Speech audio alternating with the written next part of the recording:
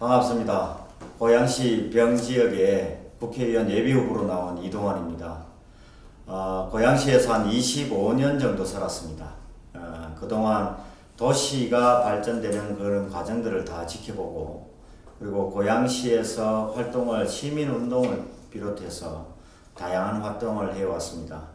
아마 여기에 계시는 분들 중에 많은 분들이 외곽순환도로 만드는 사람이라고 얘기하면 놀라워하는 사람들도 많이 있습니다만, 저는 원래 도시계획 전문가로서 학교에서도, 그리고 정책적으로도, 그리고 공무원으로 역할도 계속 해왔던 과정이 있었습니다.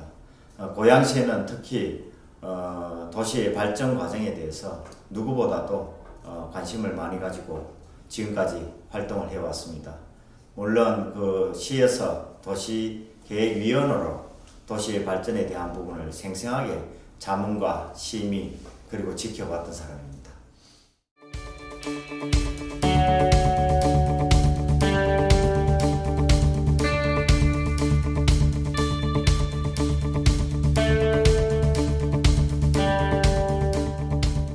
교통 문제는 사실 지금 서울로 가는 교통이 가장 심각한 문제입니다. 그 교통을 해결하기 위해서 가장 첫 번째는 우리가 대중교통이라고 얘기하는 철도와 지하철, 그것을 어떻게 더 확충하느냐가 관건인데, 그 중에 지금 현재 9호선이라고 해서 강남 지역을 가로지르는 그 9호선을 대곡역에 급행이 연결된다면 아마 고양시의 교통은 아마 새로운 전기를 마련할 거라고 생각합니다.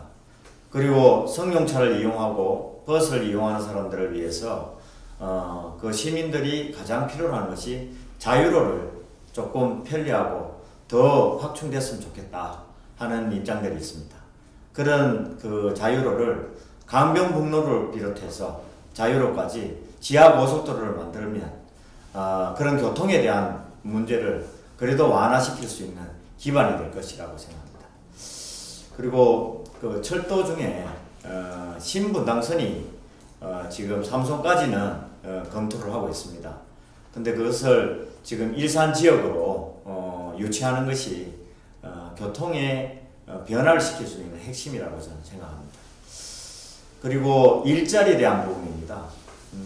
어떤 면에서는 고양시가 기업이 많이 있었더라면 서울로 가는 그 교통 문제 그렇게 심각하지 않다고 저는 생각합니다.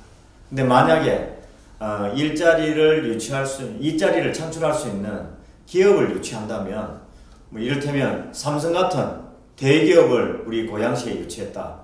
그 유치한 그 자체만 하더라도 서울로 가는 교통망을 완화시킬 수 있는 기반이 될 수 있다고 봅니다.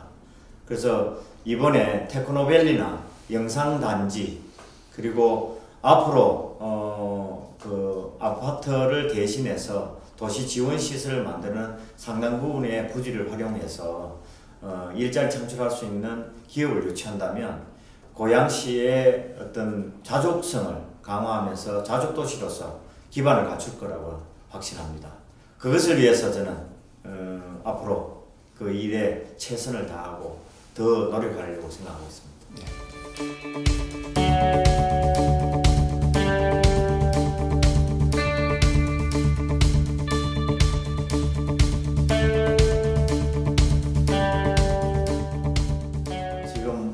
보통 우리가 공약이나 정책 얘기를 하게 되면 그걸 장기적이든 아니면 어떻게 계획안의 실행력에 대한 부분들을 관심을 많이 갖게 될 수밖에 없습니다.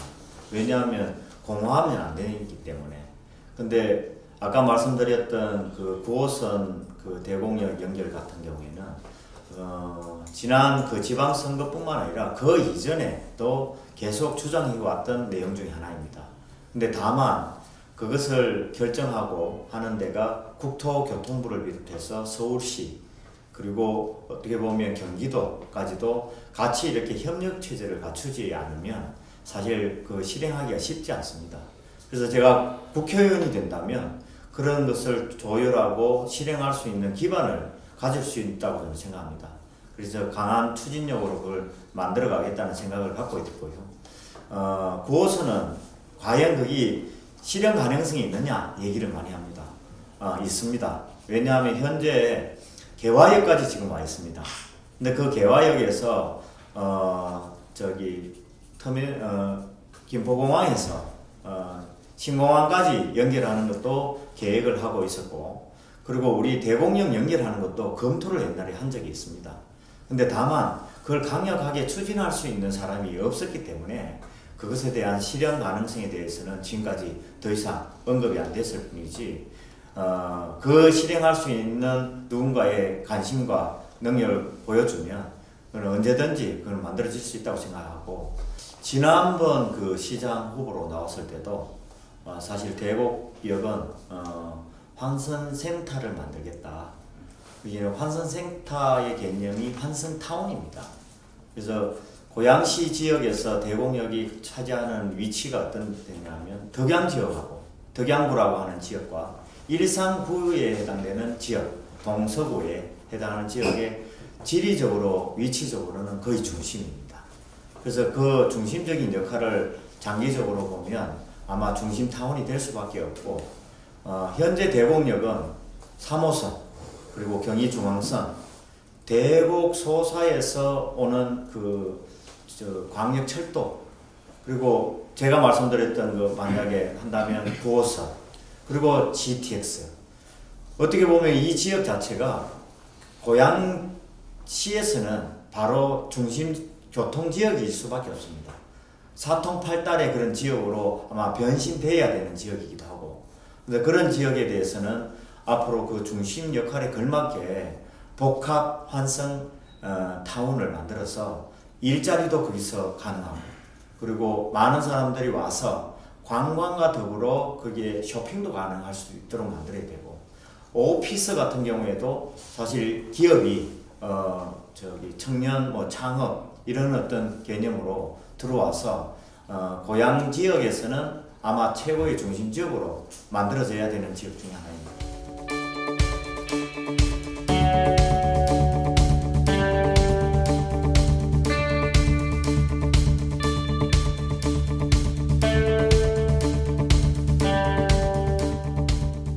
분위기가 많이 좀 변한 것 같습니다. 어떤 분위기가 변했느냐면 그 10년이라는 것에 대한 인식을 하지 않고 있다가 최근에 상기 신도시 발표 이후에 많은 분들이 우리 그 민주당이 고양시를 배신한 것 같다. 이게 지난번 그 김현미 장관께서 오셔가지고 여기에 물 많이 나빠졌다 이렇게 얘기까지도 했는데, 나빠진 이유는 그 민주당 그 국회의원 시장이 10년간 있는 사이에 나빠지게 만든 거죠.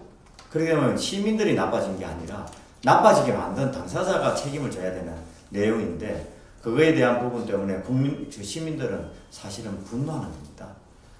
그런 어떤 분위기의 변화에 대해서 이번 선거는 아마 시민들이 제대로 인식을 하고 제대로 된 선거가 이루어지지 않을까 하는 생각이 듭니다.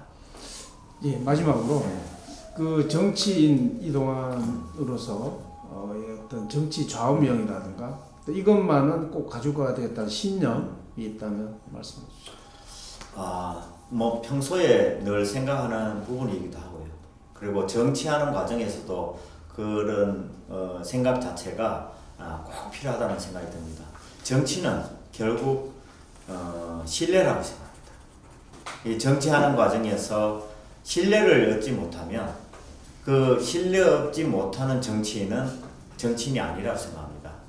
그래서 믿음을 줘야 우리 시민들, 국민들이 또 비전과 그대로 나가야 할 방향에 대한 부분들을 또 같이 공유할 수 있는 여건이 될 것 같고요. 그래서 저는 가장 중요한 부분이 신뢰라는 생각이 듭니다. 그 신뢰를 바탕으로 국민들, 시민들한테 믿음을 주는 정치인이 되고 싶습니다. 근데 더불어 사실 열정에 대한 부분을 꼭 말씀드리고 싶습니다. 사실 지금까지 우리가 일반적으로 정치인 이러면 개인적인 어떤 사사로움으로 활동하는 모습들을 많이 보여왔습니다. 근데 그 사사로움이라는 부분을 떠나서 정말 시민과 국민을 위한 자기를 봉사하고 헌신하는 그런 가치와 철학을 담보한 그런 열정을 갖추어야 정치인으로서 역할을 제대로 한다는 생각이 듭니다. 그런 차원에서 저는 열정과 그리고 신뢰에 대한 부분을 굉장히 중요한 덕목이기도 하고 저의 생활 신조이기도 합니다. 고양시가 현재는 베드타운입니다. 근데 고양시의 베드타운을 벗어날 수 있는 유일한 방법이 기업을 유치하는 일입니다. 일자리 창출하는 기업들이 많이 들어오면 바로 자족도시로서 거듭날 수 있습니다. 근데 이 자족도시를 만들기 위해서 많은 나라에서도 고민을 해왔습니다. 그 중에 스위스의 축구 도시라든가 독일의 레베쿠젠 같은 그런 도시에는 기업들이 주축이 되는 기업들이 다 유치가 되어서 지금도 그 시너지 효과에 의해서 수많은 기업들이 거기에 집적이 되기도 하고 유치가 되어 왔습니다. 그렇게 되다 보니까 자연스럽게 그 지역은 이제 지속 가능한 도시도 되지만은 세계적인 경쟁 도시로서 거듭나고 있는 상황입니다. 혹시 일본의 도요타 같은 시는 고모로라는 도시에서 이름까지 바꾸면서 그 도요타가 유치되면서 지금은 시 이름까지 바뀐 그런 상황이라고 생각이 듭니다. 고양시도 사실은 앞으로 갈 길이라는 생각이 듭니다. 그런 기업들을 유치를 해서 고양시가 자족성을 강화하는 것도 되겠습니다만 지속 가능한 도시로서 정말 제대로 된 세계적인 도시가 될 수 있다고 생각이 듭니다. 아마 14년 전에 2006년에 미 뉴스위크에서 발표한 자료에 의하면 역동하는 세계 10대 도시 안에 고양시가 포함되었습니다. 근데 그렇게 된 이유 중에 하나는 장기적으로 발전과 성장에 있어서 기반을 보여줬기 때문에 그렇습니다. 그래서 잠재력을 보여줬기 때문에 그 당시 10대 도시에 포함됐습니다. 근데 지금은 사실 10대 도시 같은 자체도 언급되지 않는 상황입니다.